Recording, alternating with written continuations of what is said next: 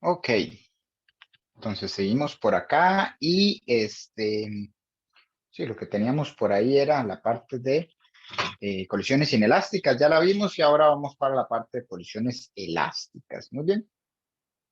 Entonces, como he dicho antes, en las partes de colisiones elásticas, lo que vamos a tener es que, bueno, pues estos objetos sufren de una formación y luego vuelven a tener su configuración inicial. Entonces, y la idea es, ¿verdad?, que haya cualquier tipo qué sé yo, de dispersión de la energía, pues se considere despreciable. Entonces, básicamente lo que decimos es que se conserva la energía y en esta parte vamos a decir que la energía cinética del sistema. ¿Por qué? Bueno, sabemos que mientras está ocurriendo la colisión, pues estos objetos se deforman y entonces hay una forma en la que almacenan, por decirlo así, energía ahí mientras está ocurriendo la interacción. Pero en el instante en el que se vuelven a separar todo lo que es esa energía potencial, que técnicamente hace energía potencial elástica, justamente por eso, ¿verdad? Porque están conservando, ¿verdad? Es como que fueran pequeños resortes, todos los objetos, todas las partículas, ¿verdad? Que están ahí interactuando.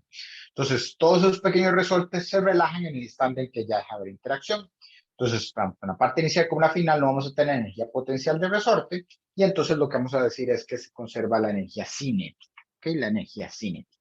Entonces, en la diapositiva 16, donde están las colisiones elásticas, se puede ver que lo que se utiliza son entonces las dos conservaciones, la conservación de la cantidad de movimiento lineal, que vean que es una cantidad, perdón, una ecuación vectorial, y además está entonces la conservación de la energía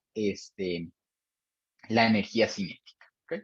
Para el caso de colisiones en una dimensión, que es lo que nosotros estamos viendo, lo que es la primera ecuación, la que está en el recuadro verde, la cantidad de movimiento lineal, la conservación, perdón, de la cantidad de movimiento lineal, esa se vuelve solo una ecuación. Si fuera en varias dimensiones, pues serían varias dimensiones por ser vectorial, ¿verdad? La ecuación.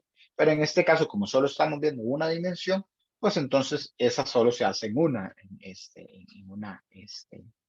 una ecuación, solo se queda como en una ecuación. ¿Ok?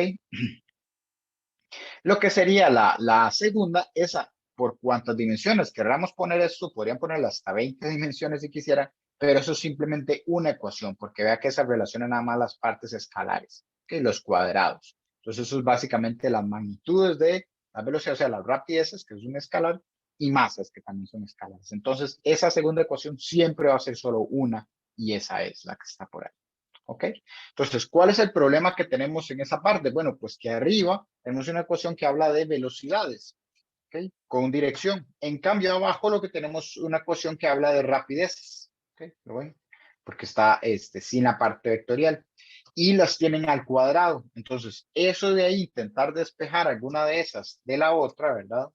O intentar trabajar con un sistema de ecuaciones de ese estilo, es sumamente complicado. Y de hecho, si se ponen a pensarlo, ustedes cuando están bueno, algunos no lo han llevado, pero si de casualidad ya llevaron álgebra lineal, pues álgebra lineal, literalmente el nombre dice lineal, ¿verdad?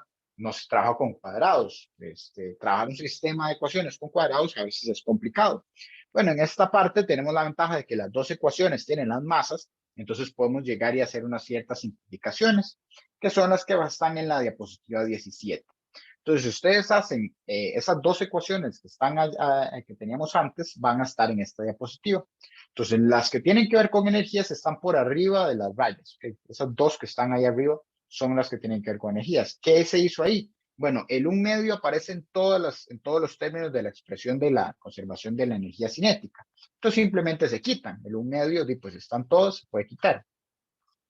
Y lo que se hace es que se reordena la ecuación para que todo lo que tenga que ver con la masa 1 quede a la izquierda y lo que quede de la masa 2 quede a la derecha. Entonces, al hacer eso, uno se da cuenta de que los cuadrados quedan restándose. Vean que queda el inicial restándose con el final en el lado izquierdo y el final con el inicial en el lado derecho. Pero eso entonces es una resta de cuadrados. Y a una resta de cuadrados nosotros le podemos utilizar la segunda fórmula notable. Perdón, la tercera fórmula notable. Entonces queda lo que está ahí en la segunda línea. Por eso dije segunda, era porque es la segunda línea.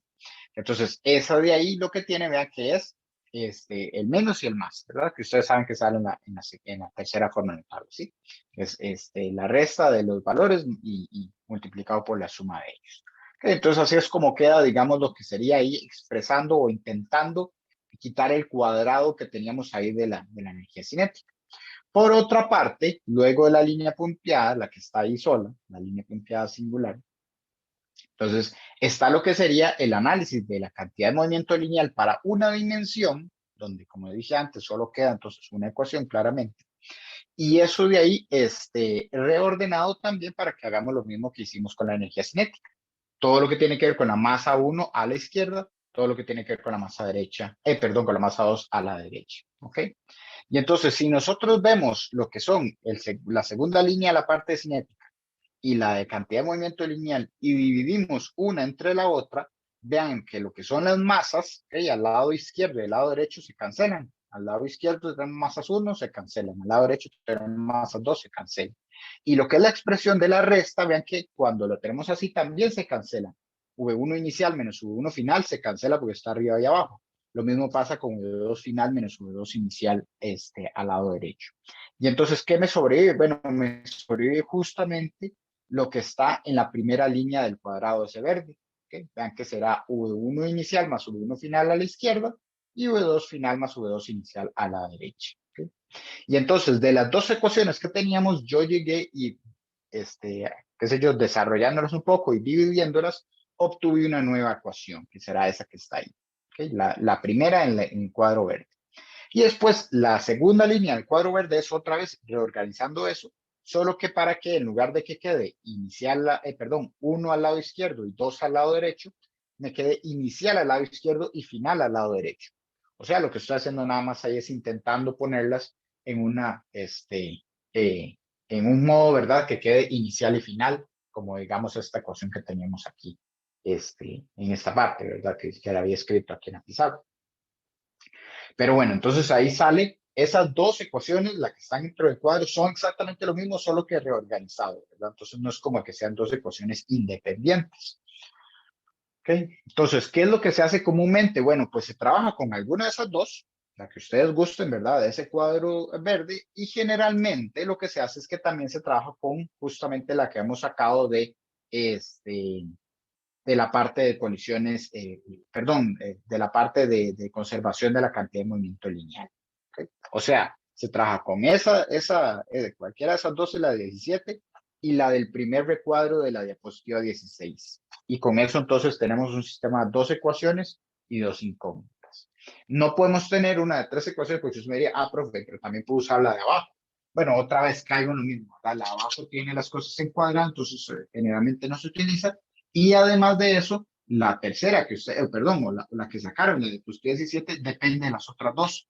Entonces, realmente no son tres ecuaciones independientes.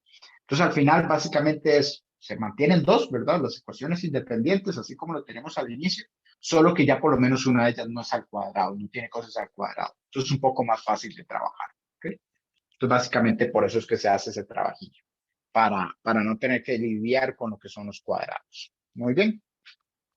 Entonces, si uno se pone a hacer ahí el análisis de esas dos, ¿okay? De como les digo, ¿verdad? De cualquiera de las de cuadro 17 y la de cantidad de movimiento lineal del 16, puede hacer algunos despejes como los que aparecen en la 18. Y bueno, pues ahí en la 18 aparece lo que sería despejado, por ejemplo, la velocidad 1 final y también la velocidad 2 final. ¿Qué pasa si yo quisiera despejar esos valores de esas ecuaciones? Bueno, pues así se ve. Vean que, si lo notan, es una expresión un toquecillo larga.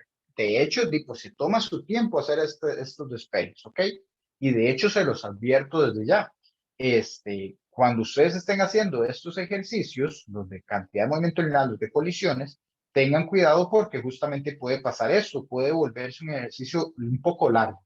No es que sea complicado, ¿ok? Porque es pura álgebra, ¿verdad? De pasar a un lado, dividir, sacar factores comunes, eso ustedes ya lo manejan muy bien, no tiene integrales, no tiene, ¿verdad?, senos y cosenos por el momento, porque todavía no estamos en momento en dos dimensiones, pero no tiene las cosas, pero sí es muy pesado algebraicamente porque salen muchas expresiones, ¿ok? Entonces ahí siempre tienen que tener un cuidadillo con estas, ¿ok? O sea, más que todo, cuidado a la hora de hacer el álgebra y además, pues paciencia, ¿verdad? Y saber que le tienen que tomar un tiempo, que se les va a tomar un tiempo. Entonces, siempre presupuesten eso, como recomendación, ¿verdad? Para los exámenes, siempre presupuesten tiempo para los que son de colisiones. O sea, si ustedes ven una de colisión y es elástica, por ejemplo, que son como las que tienen un poquillo más de trabajillo, pues entonces siempre recuerden presupuestarse, ¿verdad? Así como, uy, esta va a tomar su tiempo, entonces tengo que medirme con eso, ¿verdad? Siempre. Porque es una fácil, es una que sale, es una que ustedes básicamente, si van con calma, ¿verdad? Pueden sacar la nota perfecta, digamos, en lo que es esa pregunta, pero se toma su tiempo, es el sacrificio que tiene eso, ¿ok? Pues ahí para que siempre lo tengan en cuenta. Pero bueno, como les decía, ahí básicamente dan ya despejado lo que sería la velocidad 1 final, la velocidad 2 final. Eso claramente no se da en formulario. Si ustedes se quieren aprender esa cosa, pues allá ustedes, ¿verdad? Porque solo sirve cuando se quiere despejar, ¿verdad? La 1 final o la 2 final. Vean que no despeja la masa, no despeja velocidades iniciales, ¿okay? Entonces, por cualquier cosa. Y solo sirve para una dimensión. Entonces ahí tiene todas esas desventajas, ¿verdad? Si quisiera memorizárselo, pues están encajonando, por decirlo así, es solo un caso. Pero ahí están, ¿verdad? Esas son las expresiones. Ahí estarían, vea que la velocidad 1 final depende tanto de las masas como las velocidades, ¿ok? Y lo que se hace es que se separó, ¿verdad? Para verlo, digamos, con velocidad inicial 1 y velocidad inicial 2, ¿ok? Multiplicados ahí por el juego ese de las masas. Ok, entonces eso en esos casos, ¿verdad? Son como los casos generales. ¿Qué pasa si la masa 1 es igual a la masa 2? Bueno, veamos que, por ejemplo, en la ecuación de la velocidad 1 final, la primera parte o el primer paréntesis tiene un M1 menos M2, pero si son exactamente lo mismo, entonces se cancelan y eso se vuelve cero. ¿Lo ven? Eso se vuelve cero. Y en lo que sería el segundo paréntesis, vean que abajo tiene un M1 más M2, pero como son exactamente lo mismo, entonces aparece un 2M, ¿verdad? Ya sea 2M1, 2M2, como quieran verlo, pero aparece un 2M. Y arriba también hay un 2M. Entonces se cancelan y queda un 1, ¿verdad? Si es 2M sobre 2M, pues es un 1. Entonces vean que simplemente me queda, esa expresión se simplifica a que la velocidad 1 final es igual a la velocidad 2 inicial. Algo muy similar sucede en la velocidad 2 final, solo que vean que es al revés, ¿verdad? Primero el 2m sobre 2m y después el que se cancela, el que se muere. Pero al final, vean que lo que me dice es que la velocidad 2 final es igual a la velocidad 1 inicial. O sea, dicho de otra forma, si lo que tengo es una colisión elástica en una dimensión y los dos objetos son de masas iguales, lo que hacen es intercambiar sus velocidades. Entonces, por ejemplo, qué sé yo, pues si los dos objetos vienen y van a golpear de frente, entonces lo que van a hacer es rebotar y cada uno va a salir con la velocidad que trae al otro. Si digamos el de la derecha tenía una velocidad mucho mayor, ¿verdad? Y el otro iba muy lento, entonces cuando reboten, ¿verdad? Lo que va a pasar es que el de la izquierda va a ser el que va a ir con velocidad rápida y el de la derecha va a ir ahora con velocidad mínima. O sea, intercambian lo que son esas rapideces, ¿no ven? Intercambian rapideces. Ok. Entonces, y de hecho, bueno, técnicamente por ser en una dimensión intercambian velocidades también, ¿verdad? Vean que el de la derecha va rápidamente hacia la izquierda, ¿verdad? Y entonces este que va de la izquierda, que va lentamente hacia la derecha, bueno, rebota y entonces ahora va rápidamente hacia la derecha, o sea, lo que estaba haciendo antes el otro, ¿ok? O sea, digamos 1 y 2. Si 2 iba hacia la izquierda rápidamente, ahora el 1 es el que va rápidamente hacia la izquierda. Y si este iba lento, entonces este después va a ir lento. ¿Okay? Entonces intercambian velocidades. Intercambian velocidades. Ojo, eso sí, si es elástica y si tiene la misma masa. Y vean, ahí el caso entonces, por ejemplo, si la velocidad 2 inicial es igual a 0. Esa es otra de las posibilidades. Bueno, pues si la velocidad 2 inicial es igual a 0, simplemente vean que queda el lado o la primera cantidad, ¿verdad? De esas dos ecuaciones que tenemos arriba. Que simplemente esas dos.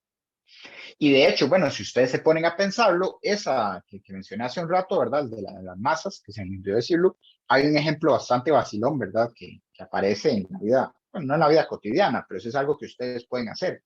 Y es en las bolas de billar, ¿verdad? Cuando uno juega pool, ¿verdad? Y usted llega y golpea una de las bolas, ¿verdad? La idea es, bueno, usted siempre golpea la blanca, pero la idea es entonces que la blanca golpee otra y entonces la blanca queda donde estaba la otra y entonces ya la otra se empieza a mover. Intercambiaron sus velocidades. Obviamente no es perfecto, ¿verdad? En algunos casos la blanca se mueve un poquito más.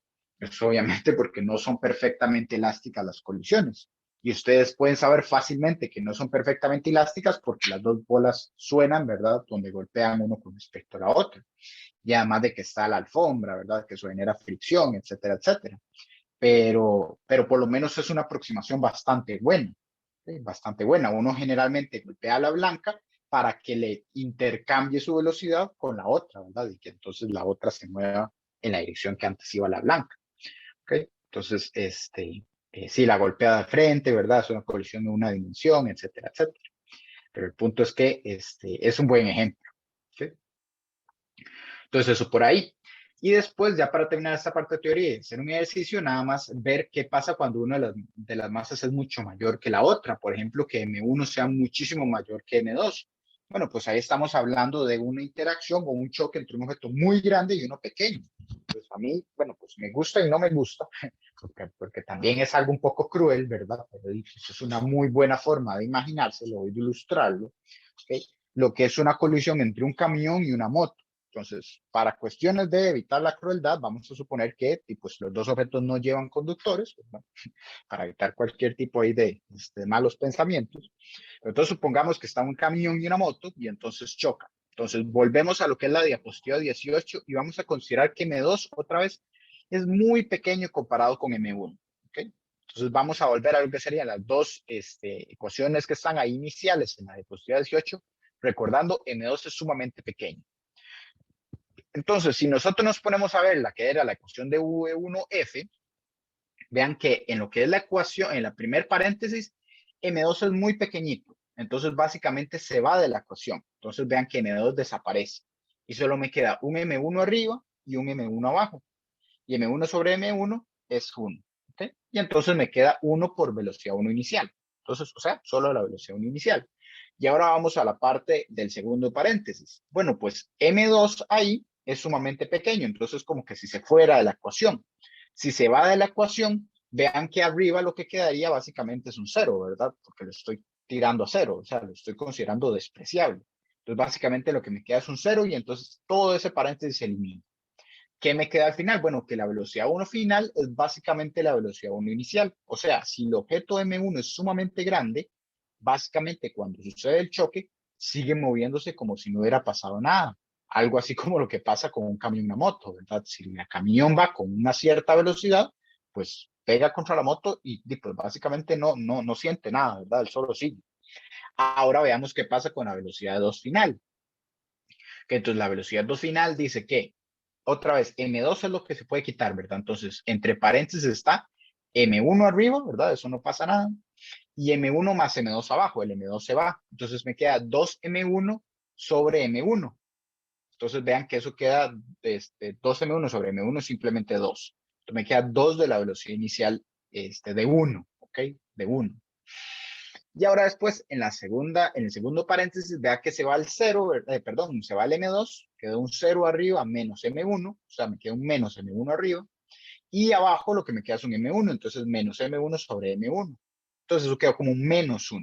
¿Okay? Entonces va a ser menos la velocidad 2 inicial.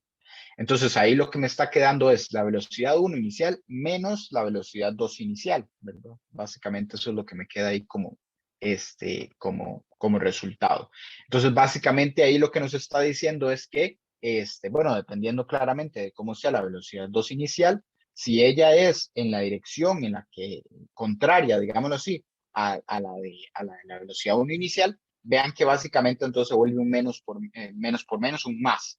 Entonces, además de la velocidad inicial que llevaba, ¿verdad? En magnitud, básicamente, la magnitud de la velocidad que lleva la moto, además de eso, gana la velocidad inicial que lleva el camión. Entonces, no lo hace solo ir en la dirección contraria con la misma velocidad que lleva. O sea, imagínense una moto que va a 60 kilómetros por hora golpear de frente con un camión. Entonces, no solo la hace ir a 60 kilómetros por hora en la dirección contraria, sino que además le agrega la velocidad que lleva el camión. Entonces, por ejemplo, digamos que el camión iba un poco prudente, ¿verdad? O sea, era prudente y iba a 30 kilómetros por hora.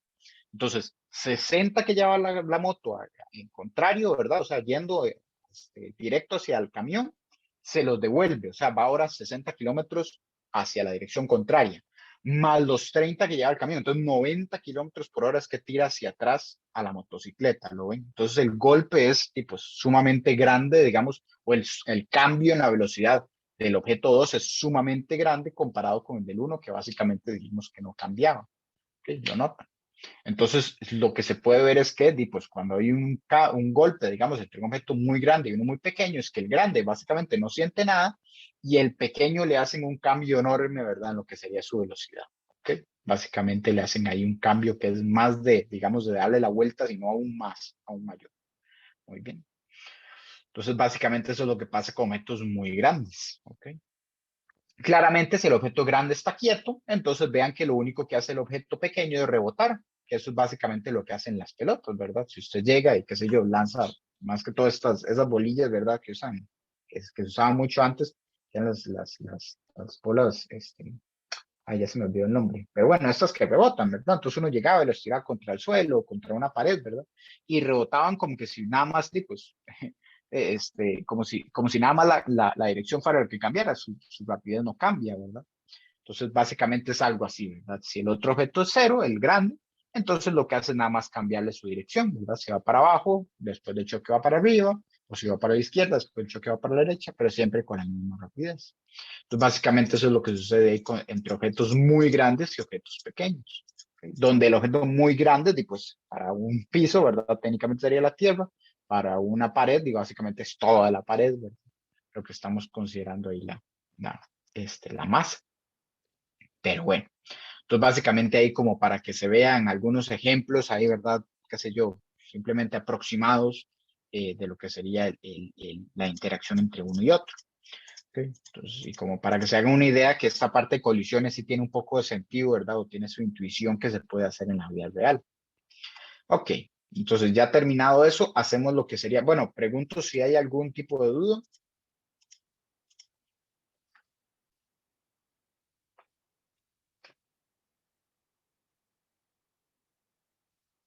Todo bien,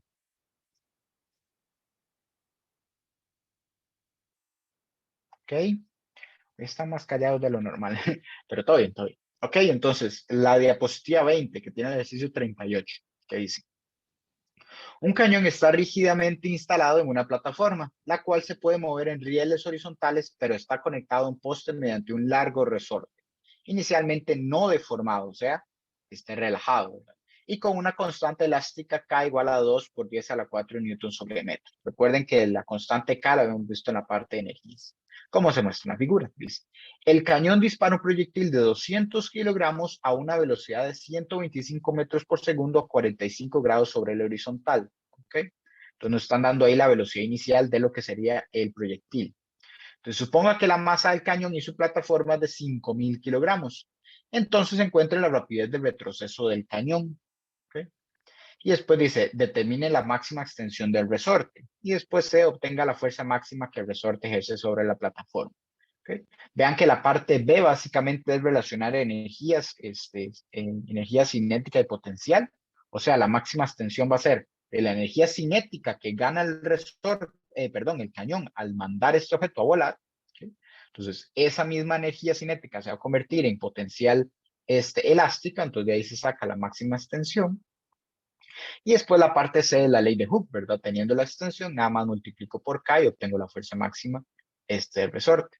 Y después la parte D dice, considera el sistema integrado por el cañón, la plataforma y el proyectil. Y dice, se conserva la cantidad de movimiento de ese sistema durante el disparo. Y después ahí nos preguntarán sí, no y por qué. ¿Okay? Básicamente eso es lo que hay que hacer.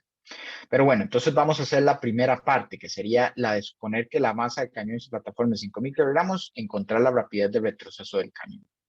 Ok, entonces básicamente lo que tenemos que trabajar ahí es, otra vez, conservación de la cantidad de movimiento angular, perdón, lineal, la cantidad de movimiento lineal. La angular la veremos después. Básicamente, dentro de una semana. Sí, dentro de una semana, ¿verdad? Sí, porque nos quedan cuatro clases de teoría, incluyendo esta, y 2 de repaso. Sí, hoy en 8 estaremos viendo la cantidad de movimiento angular. Uf, bueno, qué montón de materia, pero bueno. Estamos en esto. Entonces, conservar la cantidad de movimiento lineal. Nos interesa ver cómo se mueve horizontalmente este objeto. La parte vertical no tanto porque sabemos que justamente el objeto se mantiene ahí en la vertical constante, ¿verdad? O no se va a mover. Entonces, lo que nos interesa es ver cómo es que se conserva la parte horizontal. ¿Ok? Y básicamente por eso es que está aquí el ejercicio, en una sola dimensión, no en dos. Entonces, ahora sí, para poder saber cómo se conserva la parte horizontal, simplemente tenemos que saber cuál es la velocidad horizontal que tiene, o la componente horizontal de la velocidad que tiene el proyectil. Entonces, eso es fácil de sacar porque vean que nos dan la velocidad y la dirección. Y bueno, pues justamente va a ser entonces la velocidad que nos interesa a nosotros del proyectil, que vamos a llamar el 2, el V2 final. Entonces será, es 125 por el coseno de 45. Entonces, nada más para tenerlo por ahí. Va a ser la parte horizontal lo que nos interesa. 125 por el coseno de 45, que eso va de 8,39, 88, perdón, 39. 8,39. Tener eso por ahí es importante. Vean que la velocidad 2 inicial, así como la velocidad 1 inicial también, esas son iguales a 0, porque el objeto no se está moviendo, ¿verdad? O el cañón y el proyectil no se están moviendo al inicio. ¿Ok? Entonces tenemos eso. Tenemos las masas de cada uno, nos las da el ejercicio, ¿verdad? 200 kilogramos para el proyectil y 5,000 para el cañón y plataforma. Entonces tenemos las masas y todo, y ya podemos hacer conservación de la cantidad de movimiento lineal. Vean que este caso será el que les decía yo de separación o de explosión, ¿verdad? Entonces es un disparo. Entonces al final es la separación de los dos objetos. Entonces la conservación de cantidad de movimiento lineal se va a tener que ver como masa 1 más masa 2, eso por velocidad inicial, que en este caso vean que sería 0, ¿verdad? Porque las dos tienen el mismo. Entonces esta parte de aquí se cancela. Y después al otro lado lo que teníamos era masa 1, velocidad 1 final, más masa 2, velocidad 2 final. ¿Okay? Algo así. Bueno, como es una dimensión, puedo quitar esto de un solo. Puedo dejarlo así. Todo sé que está en la dirección horizontal. Y entonces ahora lo que hago es que nada más saco esto, o despejo lo que será el V1 final, que es lo que me interesa. Entonces, lo puedo pasar esto a restar, ¿verdad? Pero voy a dejar esto a la izquierda. Entonces, el 1, el 1F, esto pasó a restar, ¿verdad? Es 2F. Otra vez, ¿verdad? Lo pasé a restar, pero le di vuelta a la ecuación para dejar esto al lado derecho, que me gusta tener siempre a la derecha. Lo que voy a despejar. Y después paso la masa 1 a dividir. Y 2, V2F. Paso a dividir el mismo. Y entonces ahora sí, nada más sería sacar eso. Nótese que si la velocidad 2 final era positiva, lo que esperamos es, gracias a este menos, que la velocidad 1 sea negativa. ¿No? Entonces eso tiene que darme un resultado negativo. Entonces lo saco. Será menos 200 por 88,39 entre 5,000. Y entonces eso me da de menos 3,54. 3,54. Entonces, obviamente, vean, aquí 88 y aquí 3. Entonces, como el proyectil es tan pequeño, es una masa menor, entonces va a tener una mayor velocidad. Pero como el cañón es algo tan pesado, pues obviamente su cantidad de movimiento es el mismo, ¿verdad? En magnitud. Pero su velocidad, que es parte de la cantidad de movimiento lineal, pero no es toda, es pequeña. Porque su masa aporta demasiado, ¿verdad? Aporta una gran parte a esa cantidad de movimiento lineal. Entonces la velocidad queda pequeña. ¿Okay? Entonces esa sería ahí la rapidez. Bueno, la rapidez básicamente es la magnitud, ¿verdad? Entonces sería el positivo de eso. Pero bueno, pues al final ya tenemos lo que es el valor, que es lo que nos importa. Ese 3,54. Y después ahora B, determinen la máxima extensión del resorte. Entonces, como les decía, si nosotros consideramos lo que es conservación de la energía, ¿verdad? Ya después de la explosión, ¿verdad? Ya todo sucedió ahí, lo que tenía que suceder, ya ahora lo que es el cañón, que ahora va a hacerse hacia la izquierda, ¿sí? Y entonces va a extender lo que es el resorte. Bueno, ¿cómo lo extiende? Hacemos un análisis de delta K más delta US es igual a 0, que al final eso es lo único que va a tener ahí el sistema, en la parte de energías. Entonces lo que va a tener es K final, que es 0, porque va a quedarse quieto, menos K inicial, más delta US final, menos US inicial, que es 0, porque al inicio está relajado el resorte. Eso es igual a cero. Vean que estoy haciendo aquí conservación de energía. Ya lo vimos la semana pasada. Y entonces vean que lo que me queda nada más es menos K inicial más USF. Que dicho de otra forma es USF es igual a K inicial. O un medio de K X final al cuadrado es igual a un medio de la masa por la rapidez final al cuadrado. Y aquí lo que nos están pidiendo es justamente este XF, entonces tengo que despejar. El 1 medio se puede cancelar, que está en los dos lados de la ecuación. Paso el K a dividir, entonces me queda XF es igual a MVF cuadrado sobre K. Y para quitar el cuadrado, entonces saco la raíz. Y entonces ahí lo tendría. Técnicamente esa raíz yo debería tomar el valor negativo, ¿verdad? Porque se desplaza hacia la izquierda, pero no importa, dejemos nada más la magnitud. Nos dicen cuánto se extiende, entonces podemos dejar la raíz positiva. Pero bueno, entonces la masa que es de 5000 por la rapidez que es de 3.54, eso al cuadrado, entre la K que me dicen que es de 2 por 10 a la 4. Y eso entonces me da que se desplaza 1,77 metros. Que tiene sentido, ¿verdad? 1,77 metros. Imagínense este gran objeto, ¿verdad? Gran objeto moviéndose con una rapidez de 3 metros por segundo. Entonces, lo que va a hacer es, pues, estirar un poco ese resorte, no demasiado, son casi 2 metros, ¿verdad? Es un objeto muy grande, ¿verdad? Moviéndose muy pesado. Entonces, sí va a poder estirar un poco ese resorte, pero tampoco es que lo va a estirar demasiado, ¿verdad? Demasiado, qué sé yo, 10 metros, sí, tampoco. No es como que vaya con una rapidez tan grande como para lograr hacer eso. Ok. Entonces era la extensión del resorte. Luego la parte C, la fuerza máxima que ejerce sobre la plataforma el resorte. Bueno, es justamente la ley de Hooke. Entonces eso va a ser la fuerza, poner por aquí. Esto es A, esto es B. Por aquí C. C es la ley de Hooke. ¿Okay? Que la ley de Hooke lo que nos dice es nada más K por X. ¿Okay? Y vean que no estoy poniendo los signos, ¿verdad? O el negativo.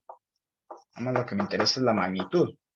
Entonces, K por X será ese 1,77 por los 2 por 10 a la 4.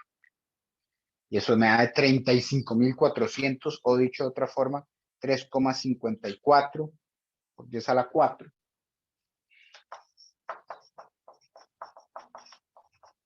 Newton. Okay.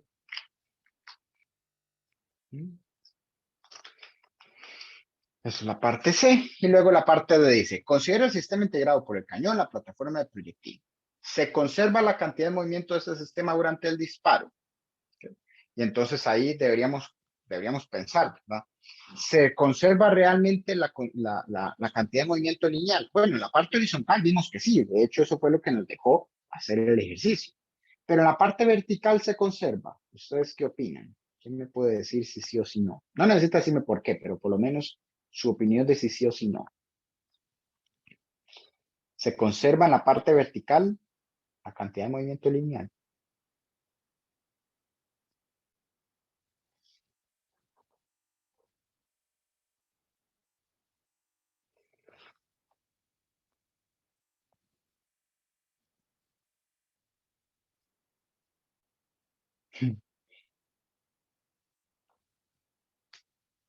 Silencio incómodo. Bueno, se los pongo así.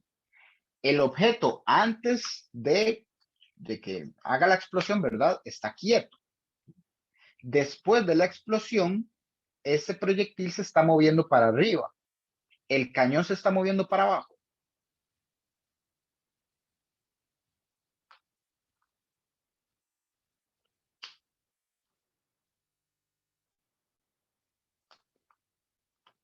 Me preocupa que ese sí no me lo respondan. No, el cañón no se está moviendo para abajo, ¿verdad? Hay una plataforma ahí, ¿verdad? Unos rieles que no lo permiten moverse hacia abajo.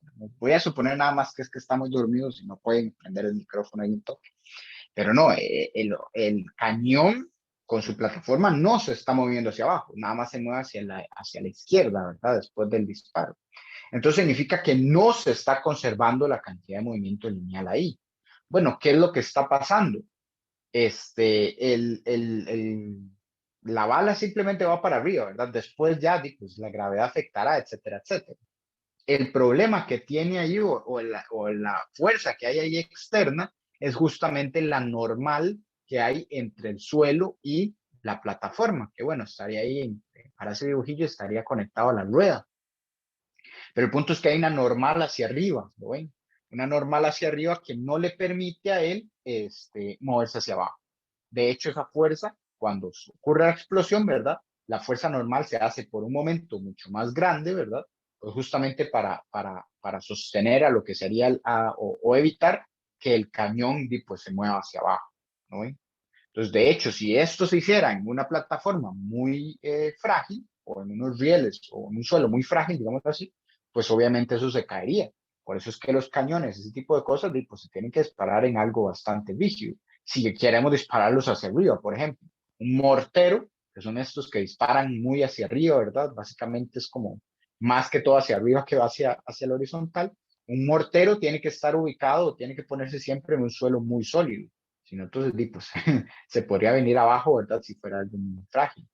De hecho, a veces no era muy común, por ejemplo, pues, en la época, qué sé yo, de la navegación, qué sé yo, Piratas del Caribe y todo ese tipo de tiempos, no era muy común ver morteros en un camión, en un barco, en un barco, justamente por lo mismo, ¿verdad? Era muy peligroso tener un mortero porque podía, y pues, donde estallaba, ¿verdad? Pues podía romper lo que era ya sea la borda. Bueno, la verdad no sé los términos muy buenos ¿cómo es que se llama? La parte ahí donde está, digamos, la parte ahí, superior del barco, ¿verdad? Donde está básicamente donde camina la gente. No soy muy diestro en esa parte, pero básicamente, pues sí sé que si era muy frágil, obviamente se rompería, entonces no era algo muy común ver ese tipo de cañones. Los cañones que se utilizaban más que todo eran, pues unos que tuvieran un alcance bastante horizontal. Y de hecho, bueno, pues tenían que estar bastante asegurados, ¿verdad? Para que no se fueran para atrás. Y de hecho, bueno, en algunos casos ahí o sea, en algunos se tenía un espacio, ¿verdad? Pues para que justamente se movieran hacia atrás lo que se tenían que mover. Pero bueno, ya estoy ahí divagando mucho en lo que es la interpretación, digámoslo así, del problema. El punto es que no se conserva la cantidad de movimiento y es porque la normal la ejerce como una fuerza externa y entonces hace un impulso externo ahí que no le permite conservarse. Entonces, ¿dónde se ve entonces justamente ese impulso externo? Bueno, justamente en la velocidad positiva, ¿verdad? O en la velocidad vertical positiva que adquiere el proyectil, ¿ok? Que antes el sistema estaba en cero, pero pues al final apareció una positiva ahí por el proyectil que va subiendo. Ok, ¿alguna duda que haya ahí con el ejercicio?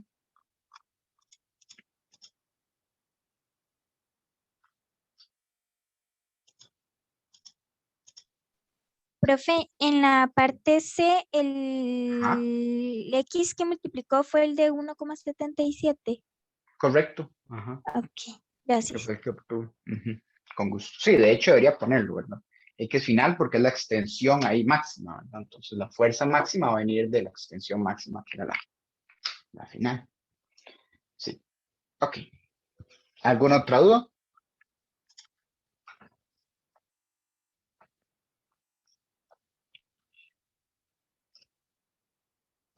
Todo bien. Entonces ahora lo que va a hacer es intentar hablar aquí de colisiones en dos dimensiones, por lo menos la teoría en esta última parte del bloque. Entonces, bueno, ya vimos lo que es la colisión en una dimensión, pero sabemos que la cantidad de movimiento lineal es un vector. Entonces, si yo quiero ya hablar de dos dimensiones, pues justamente va a pasar lo mismo, ¿verdad? Se tiene que conservar en las dos dimensiones, porque es un vector. Entonces, se conservan cada una de las componentes. Entonces, si yo tenía antes una ecuación que yo decía, bueno, pues es una ecuación vectorial, pero en una dimensión se convierte en una. Si yo ya tengo dos dimensiones, entonces la ecuación vectorial se convierte en dos, así como lo vimos cuando vimos la parte de cinemática y hablábamos de que las ecuaciones, ¿verdad? Vectoriales de velocidad, aceleración, etcétera, se podían dividir por componentes. Bueno, justamente, o podían separar, perdón, por componentes. Bueno, justamente pasa aquí lo mismo. Yo puedo separar entonces lo que es la cantidad de movimiento lineal o la ecuación de la conservación de la cantidad de momento lineal, se puede separar en dos ecuaciones, que va a ser en la componente horizontal y en la componente vertical, que es justamente lo que se muestra en la diapositiva 21. Vean que ahí entonces ya sería, vean que masa 1, V1 y X es el momento inicial de 1 en X. Y así sucesivamente, ¿verdad? El P2 inicial en X, el P1 final en X, P2 final en X, ya que todo ahí va en X en esa primera ecuación. Y en la segunda sería entonces la parte en Y. Entonces vean que yo puedo llegar a hacer la separación. Entonces, recordamos, por lo que hemos visto también en la parte de proyectiles, que las velocidades o estas componentes, ¿verdad? De las velocidades X y Y técnicamente las puedo relacionar utilizando algún tipo de ángulo, ¿verdad? Entonces, por ejemplo, en la colisión oblicua, que es un caso ahí bastante vacilón que sucede, entonces vean lo que está en la diapositiva 22. Entonces, lo que yo tengo es que los dos objetos se mueven, pues vean ahí que pues, eso se puede perfectamente ver como dos bolas de billar. Si yo no centro bien la blanca, ¿ok? Y lo que hago es que lo golpea como lateralmente a una de las bolas, entonces lo que va a suceder por ahí es que cada una de ellas va a moverse en una dirección distinta, ¿no? En una hacia abajo, otra hacia arriba, las dos técnicamente hacia la derecha. ¿Por qué? Bueno, pues porque en este sistema la primera bola iba con una dirección hacia la derecha inicialmente, ¿verdad? Entonces golpea inicialmente hacia la derecha y entonces se tiene que conservar todo lo que es la cantidad de movimiento lineal. Entonces vean que en la parte vertical, ahí lo que está sucediendo es que primero es cero, porque vean que ninguno de los dos se está moviendo verticalmente al inicio, y en la segunda parte, una se mueve para arriba y otra para abajo, diciendo, ¿verdad?, que se deberían cancelar esos dos componentes, ¿verdad? Técnicamente deberían dar igual a cero para, pues, parecerse a lo que estaba al inicio.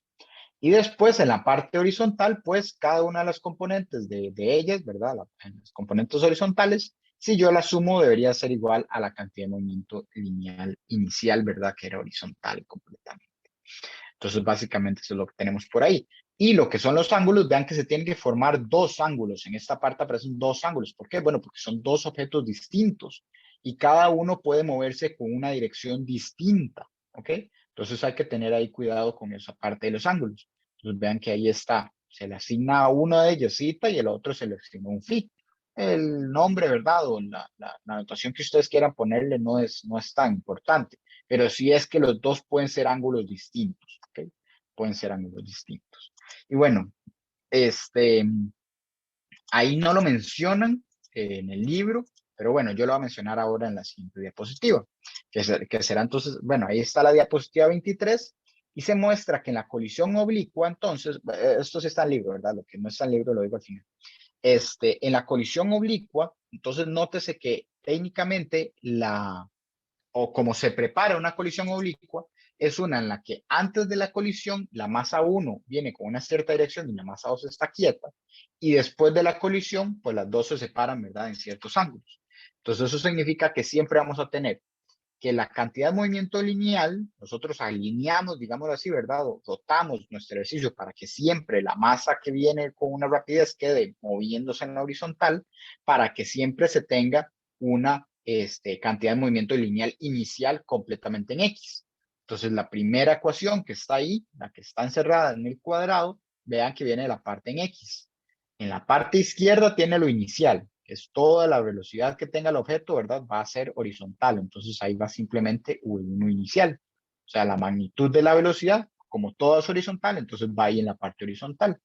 Y después en la parte final, a la derecha de la ecuación, tenemos la parte que tiene que ver con 1, que va con el coseno de un ángulo, y la parte de 2 va con el coseno del otro ángulo, ¿sí? El ángulo que se relaciona con 2. Muy bien. Entonces eso por ahí. Ese ángulo que se está poniendo ahí, bueno, técnicamente para esta de arriba no importa, pero técnicamente se toma como uno positivo. O sea, si notan la figura que está en la diapositiva 22, vean que es un ángulo que técnicamente se abre a favor de las manecillas, ¿verdad? Es uno que técnicamente nosotros generalmente tomaríamos como negativo, pero en esta parte vamos a considerarlo positivo. ¿Por qué? Bueno, porque en la segunda parte ya se le toma el menos o se le pone el menos, digamos, ahí a la ecuación. O sea, se está tomando el phi como positivo, pero el menos entonces se saca ahí ya para que sea explícito en la ecuación, que es la segunda que está en el cuadrado verde.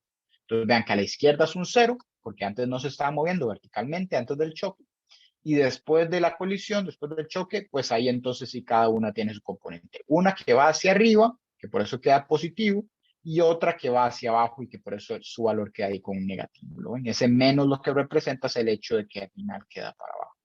Y como yo estoy metiendo los signos ahí, vean que esas rapideces que yo estoy considerando técnicamente deberían quedarme como positivas, ¿verdad? Eso sí es importante ahí considerarlo. O sea, esos V's ahí con subíndices, todos son magnitudes, básicamente. ¿Okay? Y los ángulos también son valores positivos, ¿okay? Para utilizar esas ecuaciones que están ahí en el caso de la colisión oblicua. Que creo que esas sí aparecen en el formulario, habría que revisarlo ahí a ver si está, pero sí, eso sería colisión oblicua. Y en el caso de que la colisión sea elástica, bueno, pues también otra vez se cumple esa ecuación que está ahí abajo, ¿verdad? La de que, pues, la primera no está, perdón, la masa 2 no está moviéndose, está quieta al inicio, entonces vean que no aparece un 2 inicial, un V2 inicial no aparece, pero la 1 sí está moviéndose. Entonces, si la colisión es inelástica, se les utilizan solo las dos primeras. Si la colisión es elástica, entonces se puede utilizar esa de ahí, esa de las Ks. Pero además, si la colisión es elástica, se cumple, y eso, bueno, pues ustedes pueden demostrarlo, y creo que algunos ejercicios lo ponen ahí para demostrarlo, se cumple que la suma de los ángulos, o sea, zeta más phi, tiene que ser igual a 90. Eso es algo muy interesante que pasa en las colisiones elásticas. Zeta más phi se vuelve 90. Entonces, a veces, esa suma de ángulos, ¿verdad? Saber que zeta más phi es igual a 90 es muy útil en algunos ejercicios. Porque si nos dan zeta, podemos sacar phi nada más diciendo, bueno, 90 menos zeta es igual a phi. ¿Lo ven? Cuando son elásticas, ¿verdad? Las colisiones elásticas, se da eso. Es bastante interesante. Y ya la mate que está detrás de eso sí es un poco larguilla, pero sí es bonito y es bastante interesante saberlo. ¿Ok? Pero sí, entonces si la colisión es elástica, sepan que zeta más phi es igual a 90. Ok, bien, entonces eso por ahí. Lo que nos queda es el ejercicio que está en la postilla 24, pero pues notarán ustedes el tiempo, no lo puedo sacar en incrementos. Es corto, realmente es un ejercicio corto, van a ver que no nos va a tomar mucho tiempo, pero sí, pues no puedo sacarlo en este tiempo que me queda. No es tan corto. Entonces vamos a hacer eso y además, pues vamos a empezar con lo que sería la siguiente presentación. Entonces, bueno, pues ahí les voy a dar estos minutillos extra, ¿verdad? Para que vayan y busquen esa otra presentación, la que es ¿cuál sería esa ya? Hasta aquí, trabajo, confirmación, cantidad de movimiento, sistema de partículas, la que dice presentación 10, que técnicamente le tenía fecha para este jueves, pero pues vamos a empezarla desde hoy, que pues me sirve, ¿verdad? Realmente sí me sirve porque hay que ver 3 presentaciones en 2 días, pues lo que más se puede adelantar mejor. Entonces, sí, vamos a ir viendo esa del próximo bloque, después de hacer el ejercicio, claramente. Entonces, para que estén ahí al tanto, ¿ok? Entonces nos vemos a las 10.